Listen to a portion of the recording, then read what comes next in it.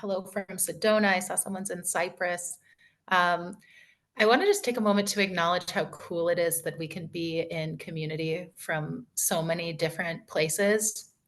I like to sort of imagine, this is also related to what we'll start with in the Parsha, by the way, is to, I invite you to close your eyes with me and imagine the world all around. And sort of like whenever I'm on a Zoom that's this big, I like to sort of imagine like lights in all the little places with like lines around the globe connecting us all together in one big kehillah or community. And it's really amazing how we can create virtual space.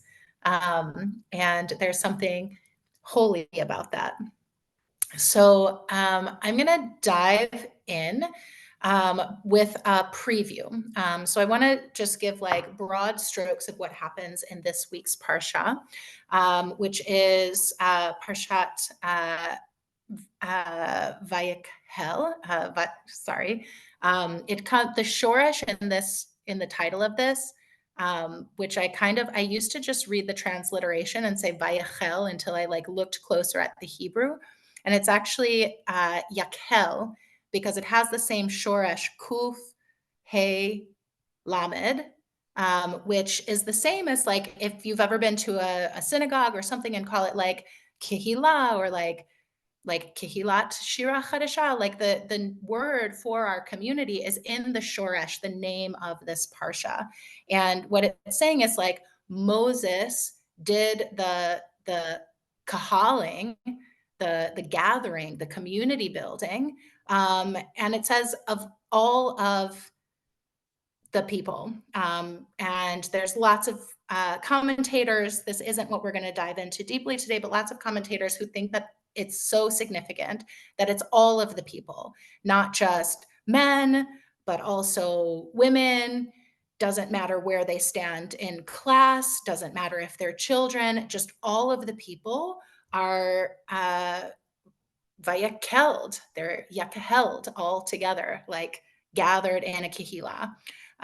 And so we start out with this, and then most of the parsha is a summary of what we've had the last few weeks, which if you've been paying attention, a lot of these parshiot, there's some interesting narrative, but a lot of the parshiot for the second half of the book of Exodus sounds a lot like, I don't know, IKEA instructions, where we're getting really detailed instructions on how to build the Mishkan, on how to build the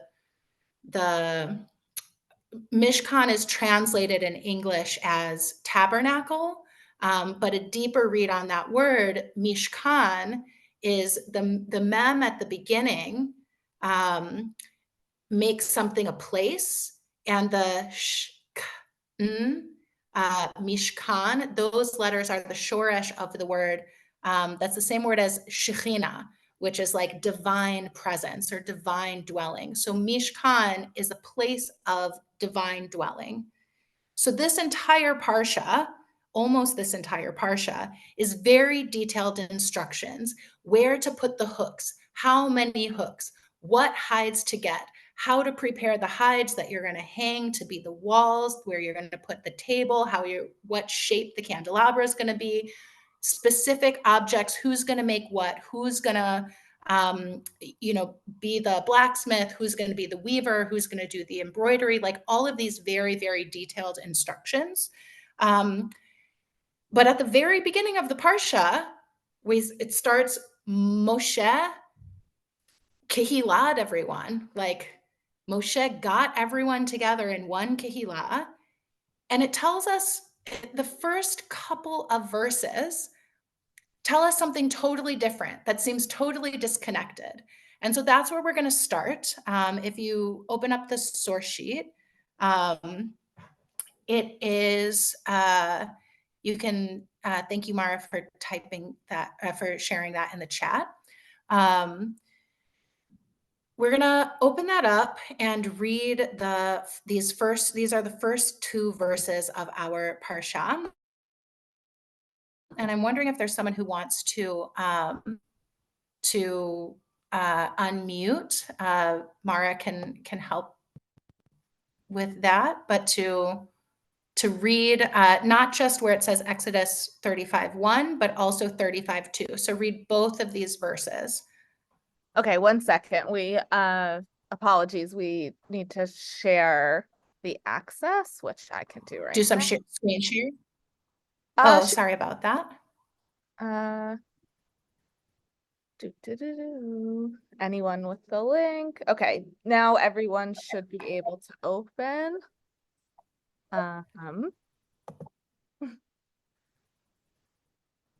Sorry, everyone. Okay, great. Now it opens. And we have Gail who has raised her hand. Thank you so much, Gail. I'm trying to open it. I can't see. Hold on. Oh, there we go. Okay. Chant or read? If you would bless us with chanting, if that's something that's easy for you to do, go ahead and do that and then read it in English. Okay. It was my bat mitzvah portion, so this was about 27 years ago. Vayakhel Moshe. It's reading in English is also perfectly. Oh, okay. Vayakhel Moshe. Go ahead. Et kol adat b'nei Yisrael vayomer alechem ele hadvarim asher siva Adonai la'asot otam sheshet yamim te'aseh malacha uvayom hashvi'i Yihyem lachem kodesh, Shabbat Shabbaton, Ladonai, kol ha'osevo, malacha yumat. Moses then convoked the whole Israelite community and said to them, "These are the things that Yod-Heh-Vav-Heh has commanded you to do. On 6 days work may be done, but on the 7th day you shall have a Sabbath of complete rest, holy to Yod-Heh-Vav-Heh. Whoever does any work on it shall be put to death." As I just saw Rob put in the chat, Shkoyach, thank you for blessing us with hearing the Torah chanted that way. And I want us to pause here. These are the actual Torah verses that we're going to be building on in our study today. And we're going to study, I think, specifically as in a very close read in that first verse, the 2 words, Ele hadvarim, which is translated as these are the things, Ele hadvarim, these are the things. So we're going to be going throughout the remainder of our time together pretty deep on those 2 words. But I want to bring us back to just the context and spend some time exploring these verses and what you all notice, what questions you have from these verses themselves. So remember, the context is most of this parsha is specific instructions on how to build the Mishkan. And we start out with these 2 verses that are not explicitly talking about building the Mishkan, or you could say literally, not literally talking about building the Mishkan at all. So the question that a lot of people have is why are these here? And there's actually like a lot more questions within them. So I'm curious what questions you have just reading these 2 verses. Feel free to raise hand and we can unmute you to ask those questions or even just share your observations of things that seem peculiar. I see Maya.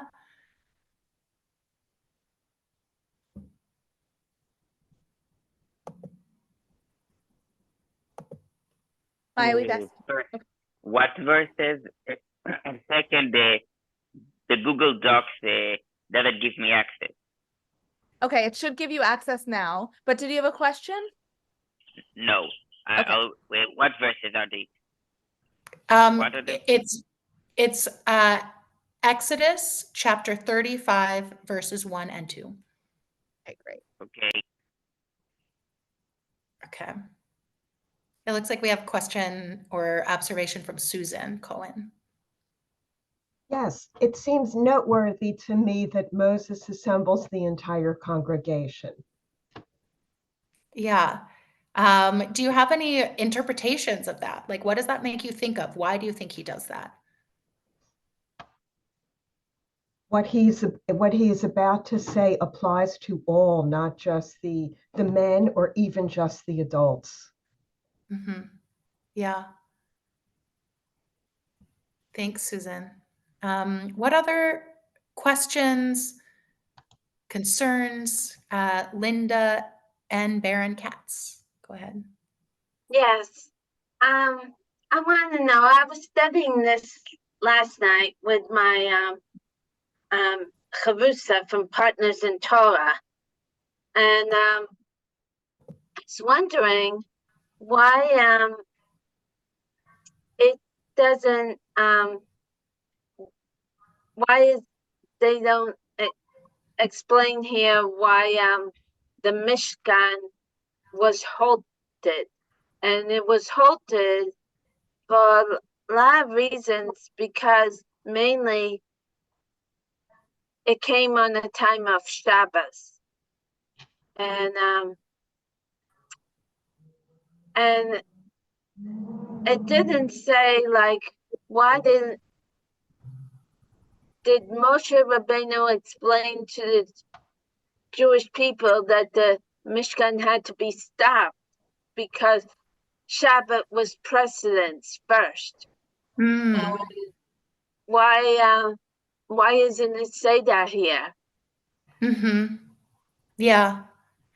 Well, I think what you just pointed out something really significant, that there's this mention of Shabbat in verse 2, the second verse we looked at, where it says, on 6 days work may be done, but on the seventh day you will have a Shabbat of complete rest. It's holy to God. I want to focus on that part of the verse, though I do see people pointing out it's so peculiar. Why is there a death threat here? Definitely something that there's another place to do a deep dive on these two simple verses. But Linda, what you just pointed out is that the Torah is giving us what seems like the holiest work we can do, building the Mishkan, building the place for the divine dwelling. But before that, don't forget Shabbat. Before that, remember you're engaging in really important work, but also on Shabbat, you need to stop that work. And there's something significant about that. I see Ara put in the chat to show that Shabbat is a serious deal. I think so, and I think many of our sages and spiritual ancestors over the last few thousand years have thought the same thing. Linda, thank you. I see also Jack Kalmanson. What do you notice in these two verses? Right. Yes, that's right. Can you hear me? Can you hear me? I do now. I hear you now. You know, I had just listened to a lecture by Rabbi David Foreman, speaking of this, and he talked about the Mishkan as God's space on earth. It's God's space, and the Shabbat was God's time. It's not only we take a rest, but at that time we can renew ourselves by picturing where we stand and where God stands in our lives. The question I have is, and it's been bothering me, is if God can create the world out of his world, which was dark and murky and all, why couldn't he just make his own Mishkan? I mean, we've spent weeks and weeks in our Torah study, not here, all over, on this building of the Mishkan with exact measurements and where this goes. Why, the real question is, why did these people have to do this? God could have done that himself. Uh-huh. Wow. Jack, I know if you answer that. I think that's a theological question, that there's, my gut response, and this is only one response, anything that you are thinking is just as valid as anything I notice or have to say, or anything else for that matter. But one of the beliefs I hold is that God moves in the world through us, through life. And so us doing the work in the world is an expression of Hashem doing the work in the world. And there are lots of other ways to interpret that. I want to maybe take, Jack, thank you so much for bringing that there's also like huge question that like, not just from these two verses that are telling us a bit about Shabbat, but what you said is we have like weeks and weeks of these detailed instructions of how to build the Mishkan. But this week's Parsha is actually a repeat of the last 3 weeks. So everything that follows after, this short part we're looking at that says Moses gathers everyone and mentions Shabbat, it's not only the detailed instructions, but a repeat. So there's something really important here, but also Shabbat comes even before that. Let's take one more observation or question, and let's hear from Andrea Shapiro. Thank you. I actually wanted to respond to what Jack said. Go ahead. We have a role in this religion, and I think the best example of that is the motzi. I don't know why there's an echo. Is the motzi. We say hamotzi lechem min haaretz, brought bread out of the land. Bread has never even once come out of the land, not ever, ever, ever. And so it's recognizing that God provides the basic material, and we have a role, and we're blessing not only what God did, but we're blessing our role in it. Thanks.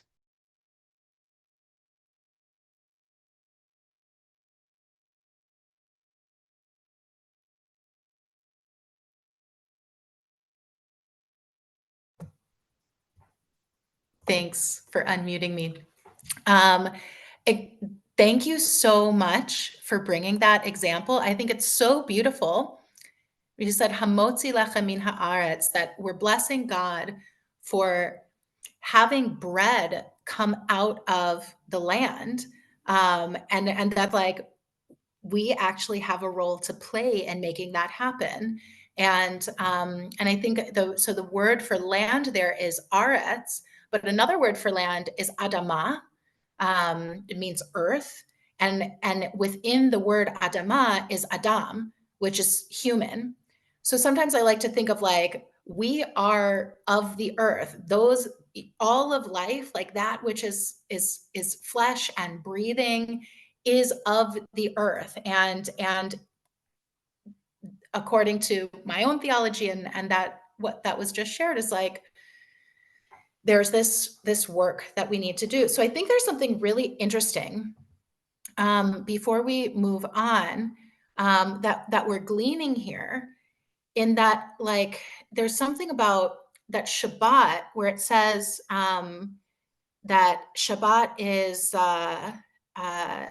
it says Kodesh Shabbat Shabbaton Ladonai, which in English is the Shabbat will be holy to God. It's a complete Shabbat, which is holy to God. The Kodesh Ladonai is that like this day is holy to God.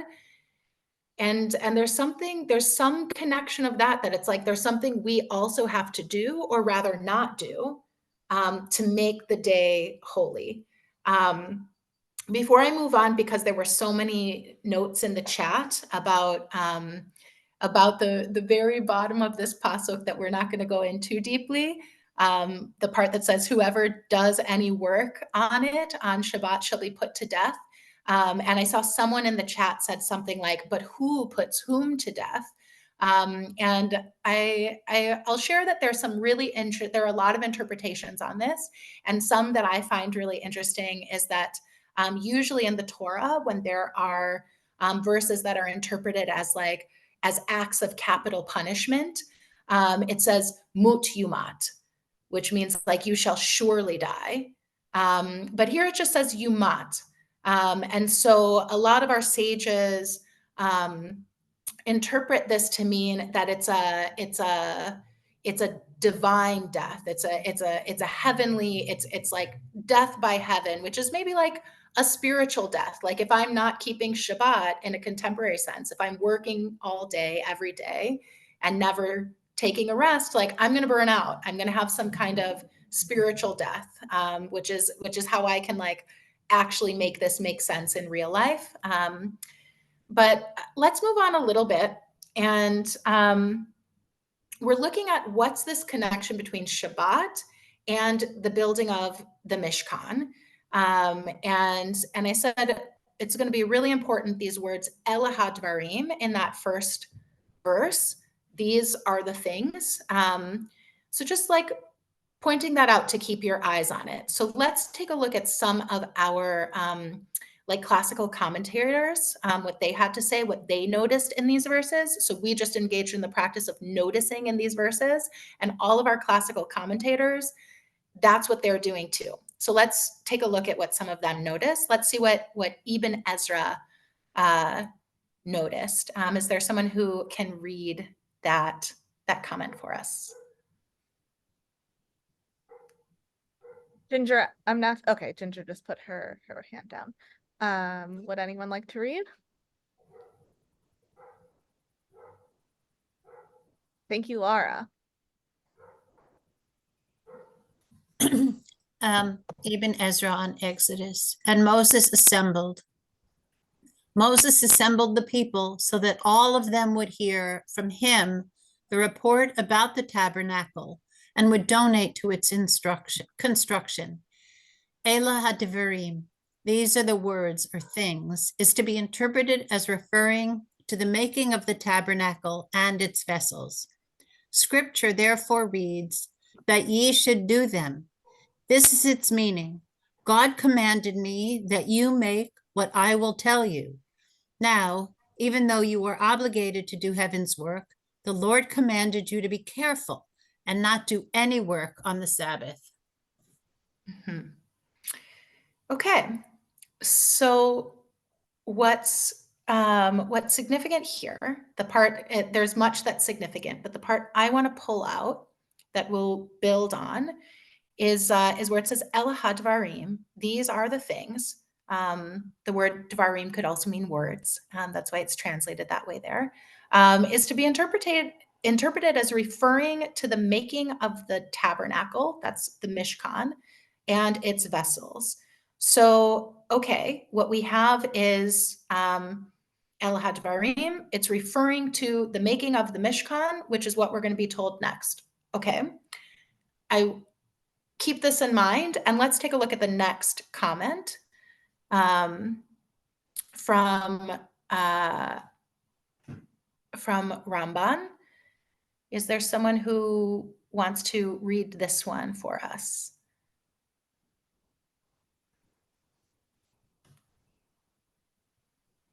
Maybe Megan and David Bernstein?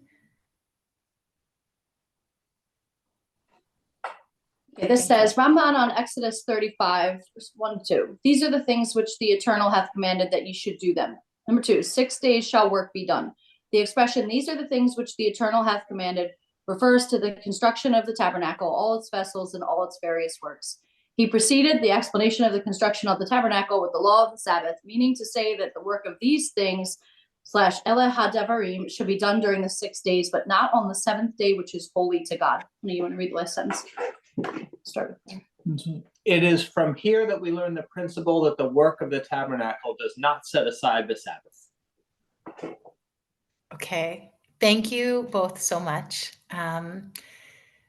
Okay, so this brings another layer, that it's not just El Hadvarim refers to the work of the Mishkan, but El Hadvarim being put right before Moshe reminding us that we will work for 6 days and we'll have Shabbat on the 7th. We will cease from work on the 7th. Is saying that actually the work of building the Mishkan, these things, Ela Hadvarim, are actually the things that we should not be doing on Shabbat. Okay, so Thank you, Ramban, for this interpretation.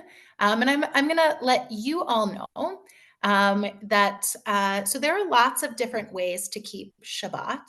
And in the next, like the remaining time that we have, where I want you to start thinking about is like, how do you keep Shabbat? And we're going to look at some of like the rabbinic interpretations, things that people have done to figure out what actually is this Shabbat thing? What do we do? Or rather, what do we not do to have this thing called Shabbat, to make this thing called Shabbat? And I know like for myself, I didn't grow up, I grew up in a family that went to a Reconstructionist shul. And so we would like go to the synagogue, and I would sing songs and hear the Torah and have Kiddush with my friends. And then we'd go do lots of things, but it didn't feel like a restrictive day. And what I now understand and now practice in different ways is that there's actually a number of things, actually 39 categories that the rabbis have discerned from this parasha of works that are prohibited. And so for people who live a more orthodox form of practice, or a more halachically bound, that is to say, bound by this body of scholarship that people refer to as Jewish law or halakha, Shabbat is not just a day of rest, but is a day of restriction. It's a day that there are 39 very specific categories of things with subcategories that we don't do. So what the rabbis have done is pulled those from these verses. And the thing is, the way that they interpret it from this parsha to get 39 different categories is not so clear. It's not like one verse, one category. And there's not consistency on how they interpret it. And so I got curious when I started studying the laws of Shabbat on how did they know to stop at 39? Or maybe they knew ahead of time to look for 39.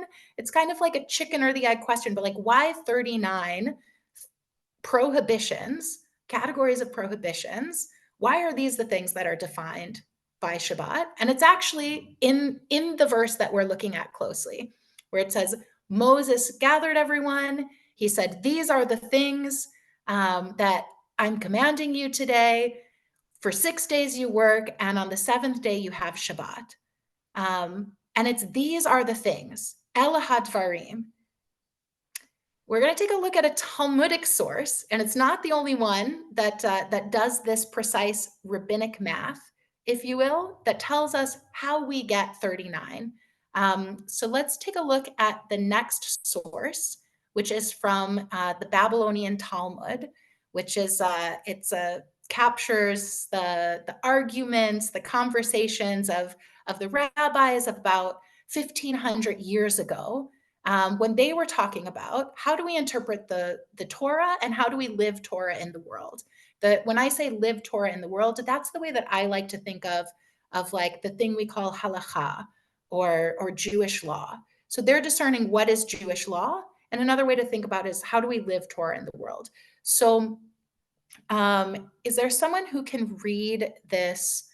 It's a longer one. And I'll say one thing as we're looking at this, that's sort of a technical piece, is you'll notice that the English text is a lot longer than the Aramaic text that's next to it.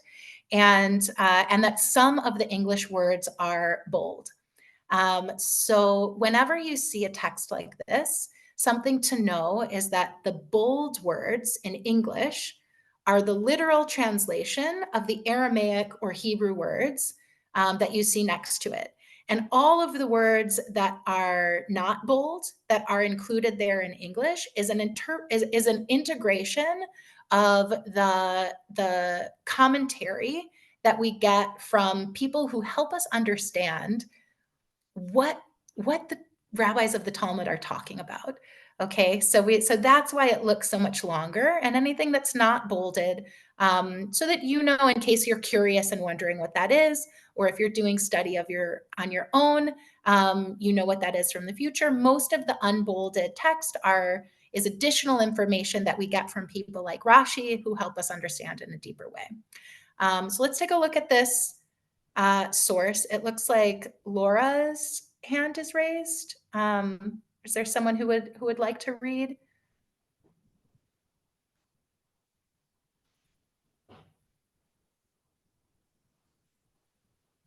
I missed whose hand was up first. Rabbi, did you catch? Okay. The person I saw unraised, I see Rob. Are you open to read? Rob Plass?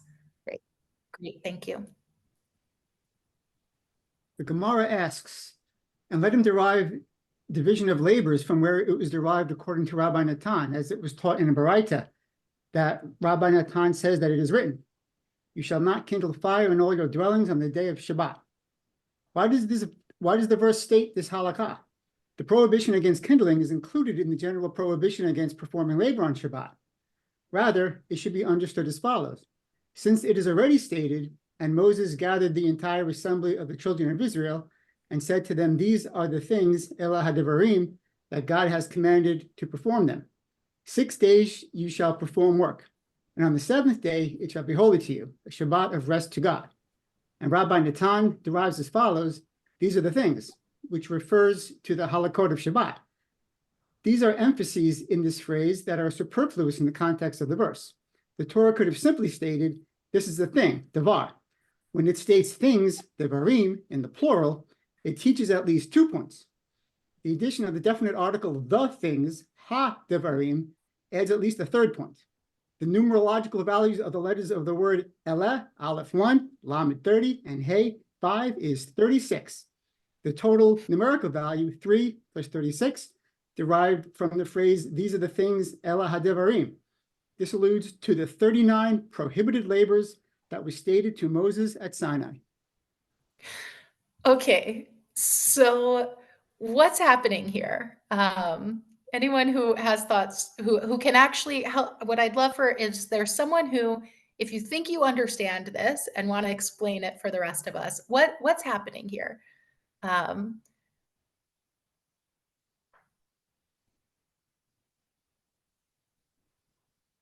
Ginny, Mrizek, okay.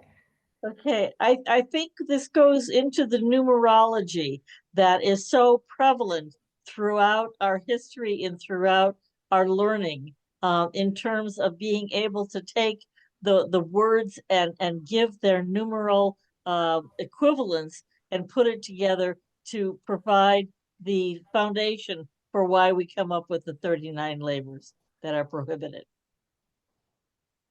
Yes, thank you. So numerology, or I see some people have put the Hebrew word for numerology, which is Gematria, in the chat. That's the one form of rabbinic math that has each of the Hebrew letters, also has a numerical value, so we can add those up and get numbers. That's one part of the rabbinic math that we have here. Is there's a bit of Gematria, but there's something else going on as well. Did anybody catch that?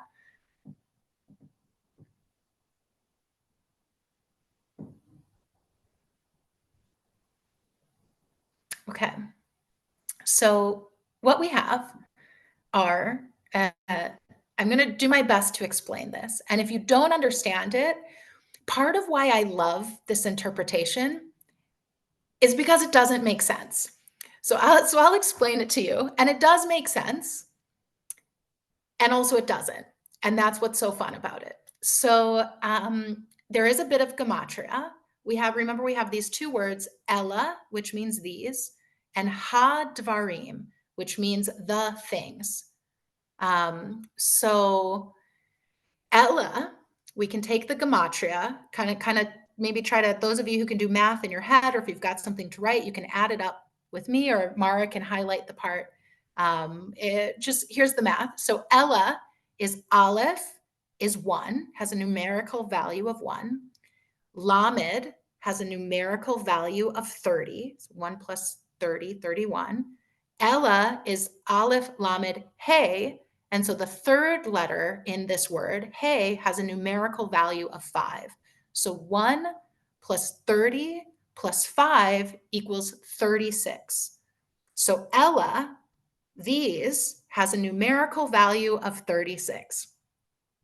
Ella hadvarim, if we were to keep adding up all of the letters of the next word, hadvarim, which is like so many more letters, we'd be way above 39 if Ella alone is 36. So how did they get 3 more to put Ella plus hadvarim equals 39? Is they take the Ella, which we just added up is 36, and then hadvarim, they broke down that the hey in front of it is a direct object signifier, which in English we would just say the. So that hey tells us the. It is a direct object. There is one thing. And then ha-dvarim, the things is a plural word. So we have at least 2 things. So if we have Ella, 36, plus ha-dvarim, then we have 39. So, so they really had to do some mental gymnastics in order to interpret the words Ella hadvarim as 39 and get 30 to know that we then are going to pull 39 different categories of prohibited labor from this parasha, this section of Torah text that tells us in detail how to build the Mishkan. We're going to pull 39 things from this because of Ella hadvarim. Ella hadvarim equals 39. And so I just find this so funny. One, because the reason I'm sharing it is because I think it shows us how creative our minds can be, how creative we can get when interpreting Torah, and how that this very creative interpretation that is not direct and is not logical has become the foundation for the Jewish law about how to keep Shabbat. We've got about 6 minutes left. So what I'd love to do is skip the next, we'll skip the next source from the Kedushas Levi and just go to, this is a contemporary halachic problems. It's a contemporary book talking about, you know, someone who might read this book is an Orthodox person who is, they are bound, they engage the laws of Torah, the laws of Moses, the laws that the rabbis have interpreted from the Torah as binding law. I must follow these rules. And this is an interpretation that kind of summarizes the things that we just got that are like, from these 2 words, Ella hadvarim, we got all of this stuff. But I think this will help us get to the heart of why and have a bit of room for conversation at the end. So is there's someone who would like to read this contemporary halachic problems text on Shabbat and festivals? And maybe Mara can help me find. Yes, we'll have Susan read.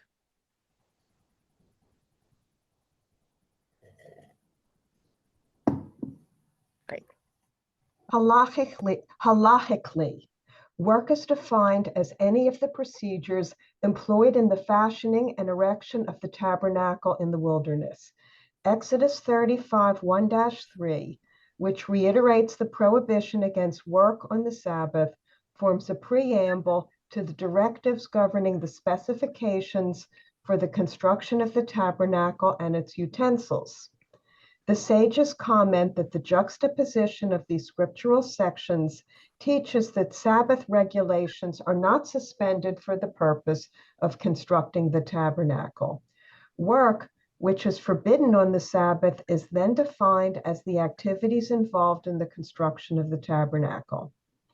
These activities, 39 broad categories in number, ranging from planting to baking, from shearing to tearing for purposes of sewing, from trapping animals to cutting their hides, as well as numerous derivatives, were enumerated, defined, and transmitted to Moses as part of the oral law. To this list were added rabbinic enactments prohibiting other activities. These rabbinic decrees were variously designed as a bridge around the law or as a means of promoting the Sabbath spirit. Thank you, Susan, for reading that. So this is sort of a summary of like the part I want us to spend our last few minutes reflecting on are the words that I highlighted there. At the very end, the last sentence tells us that the reason the rabbis created so many laws that seem so prohibitive, maybe like in excess, is the first part was that maybe they're building bridges around to make sure that people don't accidentally do something, or to be more stringent. But the last part says, or maybe they did it as a means of promoting the Shabbat spirit, so that there's something about, like, if we come back to this week's Parsha, where our spiritual ancestors were spending so much work, so much energy to build, to construct the Mishkan. But before commencing that work, Moses had to remind them, on the seventh day, you're getting Shabbat. That in this work that we do, that's like a lot of work, that's really busy. There's like something about doing and then not doing that's part of making the Shabbat. So I'm wondering what you all think. What does it actually mean to promote the spirit of Shabbat for you? And that can be something that you do that gives you a feeling of Shabbat, or anything else you want to share. I see someone, iPhone 249. You want to share, what's the spirit of Shabbat for you? I'm sorry, I raised it before, not for that, to answer this question, but Shabbat is a holy time, and it's separated because it's holy from the others. Yeah, that's all I want to say. It's a nice, I want to thank you, by the way, for this. This is my first time on Zoom ever. Oh, wow. Thank you. Welcome. And I come from a different religious background. I'm a Christian, Episcopalians. So I find it very interesting. I have a lot of Jewish friends and rabbis, and studied some Hebrew. So it's fascinating. I just want to say thank you before the class ends. Thanks a lot. Thank you. I know we're right at our time, but maybe let's hear one more comment, and Mara, you can pick who that is. I know Brian's had your hand up for a while, and okay, we'll hear from Brian and then maybe Betsy if we have time. Great. Can you hear me? Yes. Yes. We are at Shabbat, time, so just yes, I'm gonna go. I'm gonna go very, very fast. Thank you.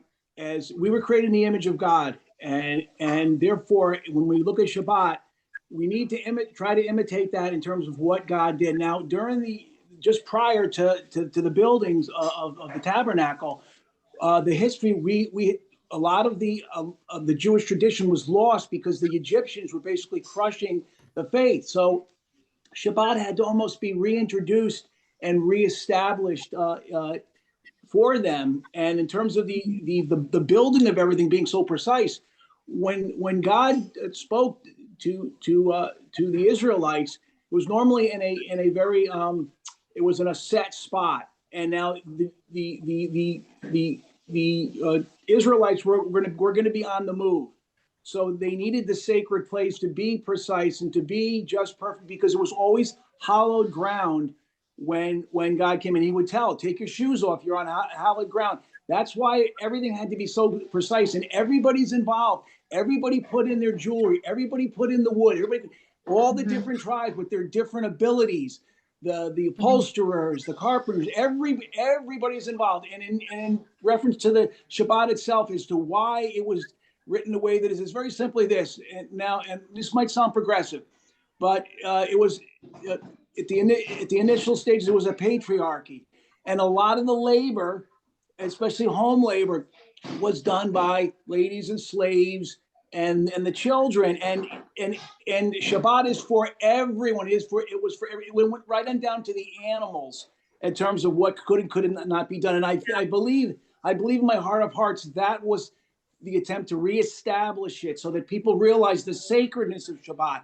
And yes, there are things that might be exceptions, but you must, in terms of your submission to God, you must respect and honor the Shabbat. If you do nothing else, in terms of your fidelity with God, you must honor the Shabbat. Thank you, Brian. Thanks, Brian. One thing I heard you say is the work was involved everyone, and I want to add to that, and that everyone also gets Shabbat. Do we have time to also hear from Betsy? Yes, I hope so. Here we go. Well, thanks. I suggest that it's so easy to go on automatic pilot and get distracted. And they say every time someone's interrupted, it takes them a while to get back. And this is intentional, so that we come back and we look at things with fresh eyes. We take a break. It's prescribed. I do it with a lot of different projects at different times. I have to interrupt. So I would suggest it's that, so we can be more mindful and intentional. Thank you. To be more mindful and intentional. And with that, may we all be blessed to be very mindful, very intentional, to be able to cease from the holy work that we do and simply experience that holiness this Shabbat.